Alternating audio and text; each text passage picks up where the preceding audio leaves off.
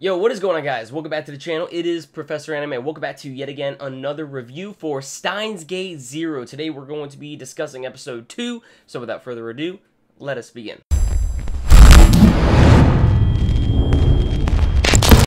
Alright, so episode 2 of Steins Gate Zero just dropped, and episode 2 of Steins Gate Zero, I gotta say, is a solid episode. It was really good. Episode 2 basically gave us an introduction to the Amadeus system, which is essentially an AI system that can literally take on the memories of its previous user, real-life person, you know, and then also on top of that, we also see that the AI is able to actually carry on human-like emotions as well. So it's an AI system that not only can, you know, take on memories of its previous, you know, physical embodiment, but also have human-like emotions. What was also kind of interesting about this episode is that not only does the whole AI system, Amadeus, take on the representation of a physical embodiment of Makase Kurisu, but we learned that the girl from episode 1 of Steins Gate Zero, Maho, is actually a former colleague and a former friend of Makase Kurisu, and due to Makase Kurisu's passing,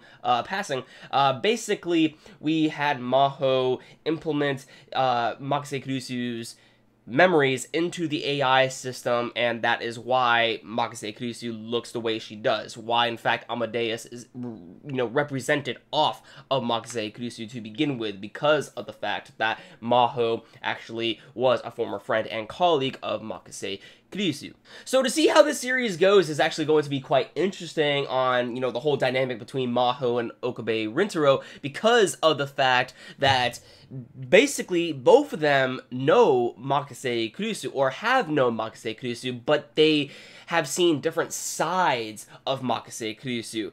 Maho is more so of the individual that has seen a more scientific and technical side of Makase Kurisu, while Okabe Rintaro, while we, you know, have known, you know, Makase Kurisu through that factor, but she was more, you know, flamboyant and more curious, and there were just different elements in which Okabe Rintaro throughout this episode noticed the original Makase Kurisu before the death of her passing within this episode, and that is why we see him get really emotional in these scenes, not only when he's testing out the Amadeus system himself, but even after the fact that Maho's professor, as well as Maho herself, let Okabe Rintaro basically essentially become a beta tester for the Amadeus system, because honestly, you know, they need other things to say to the Amadeus system, the AI. In order for an AI to learn, it has to have different experiences with other individuals, and due to the fact that they were running out of things to say, they let Okabe Rintaro basically use the Amadeus system so that way the AI can grow smarter, and hopefully they can learn something through, you know, what Okabe Rintaro knew from Makase Kurisu. But when we see him open up that app, the Amadeus system, on his phone, he can totally tell that this, in fact, is the Makase Kurisu that he remembered. It's just in the form of an AI. And I know for a fact someone's going to possibly comment down on this video talking about the CG that was used in this episode of Steins Gate Zero, where Okabe Rintaro is looking at his phone after he gets, you know, the essential app for the Amadeus system. And guys, I just gotta say right now, please don't leave any comments below about the 3D CGI, because honestly, it's dumb. It really is. The CG that was used within this episode was actually not even that bad, and two, it was done purposely by the animators themselves, and personally, I thought it was actually a very good choice, because it was to show the disconnect of reality. As we know, in Steins Gate Zero right now, we see Makase Kurisu as an essential AI system. And I mean, the Amadeus app is even on Okabe Rintaro's phone. You know, what are you guys expecting here? Do you guys expect everything to look the same? I mean, I don't know. I know for a fact someone's probably going to leave a comment down below talking about that, but I just had to say that right now, because honestly, it's not even that bad, and it was to show the disconnect in reality, as we see that, you know, given it's an AI system, it's not real.